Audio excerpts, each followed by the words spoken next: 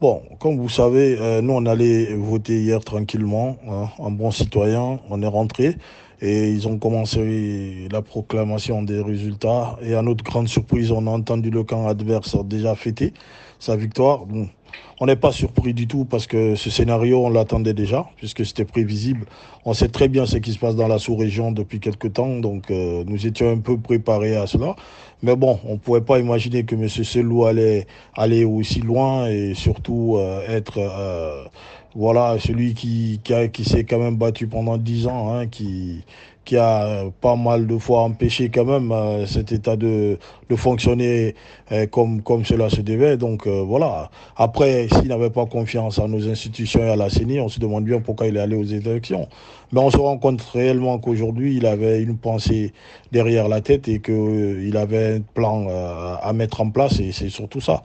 Mais qui comprennent que nous ne sommes pas dans la jungle, nous sommes dans un État démocratique et que le peuple de Guinée ne se laissera pas faire. Je vous rappelle que ceux qui sont en train de fêter la victoire de M. Selou Dalen ne sont autres que ses militants et voilà. Donc cela ne concerne aucun Guinéen.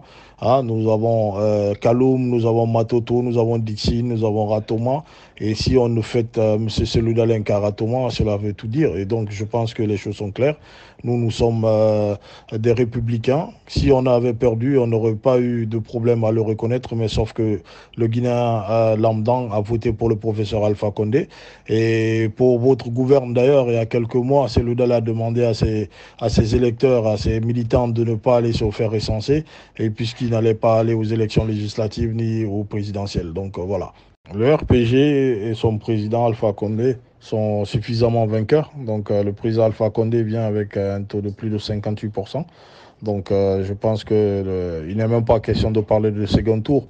D'ailleurs, nous comprenons que c'est cette déception-là qui pousse M. Selou Dalein, pour la première fois de l'histoire de la Guinée, hein, d'ailleurs, de voir ce qui s'est passé aujourd'hui, un candidat aux élections présidentielles s'autoproclamé chef de l'État.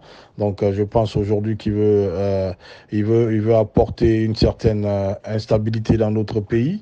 Nous ne nions pas du tout que M. Selou Dalein a quand même beaucoup de militants, c'est vrai, parce que il faut aussi qu'on puisse vous rappeler que le parti UFDG est un parti communautaire, un parti dont 90% des postes stratégiques sont attribués aux hommes de sa communauté. Donc, c'est pas un parti pour lequel le Guinéen lambda en voterait.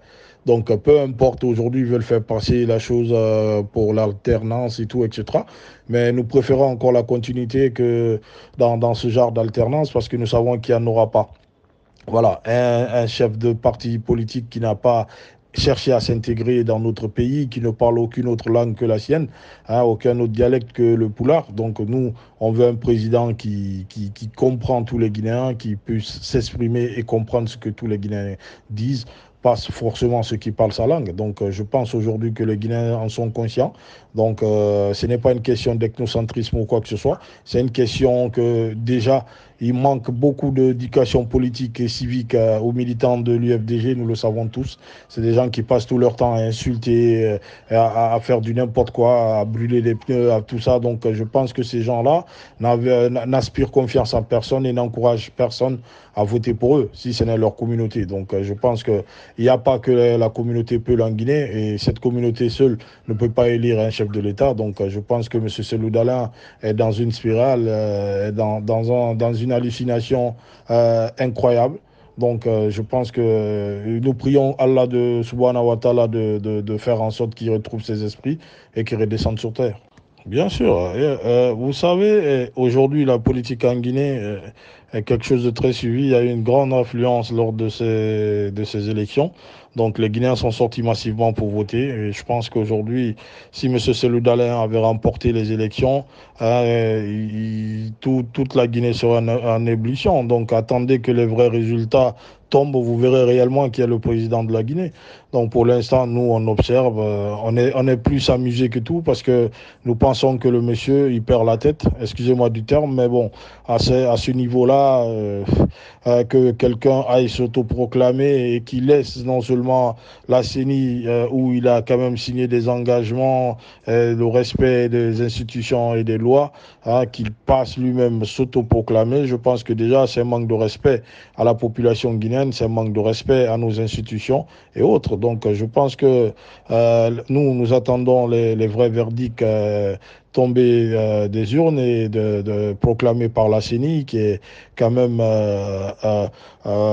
l'organe qui est habilité à donner des résultats. Donc, nous pensons qu'à partir de ce moment-là, on verra. Mais ce qui est sûr, il n'y aura pas de crise post-électorale en Guinée, parce que nous savons déjà qui est notre président, nous savons qui fut élu. Donc, je pense qu'à un moment donné, la population passera à l'acte tout simplement pour désigner son président et aussi le garder. Donc, je pense qu'aujourd'hui, ils savent très bien que ça ne se passera pas comme ça. Et on n'a pas envie qu'il y ait des pertes en vie humaine, parce que nous sommes tous des Guinéens et que le plus important, c'est vrai que la politique est ce qui nous donne le pouvoir, c'est la conquête du pouvoir, c'est vrai, mais il ne faudrait pas qu'on passe que ça sera pour l'éternité. Voilà, c'est une période qui va passer et nous continuons à vivre comme des Guinéens et comme des frères.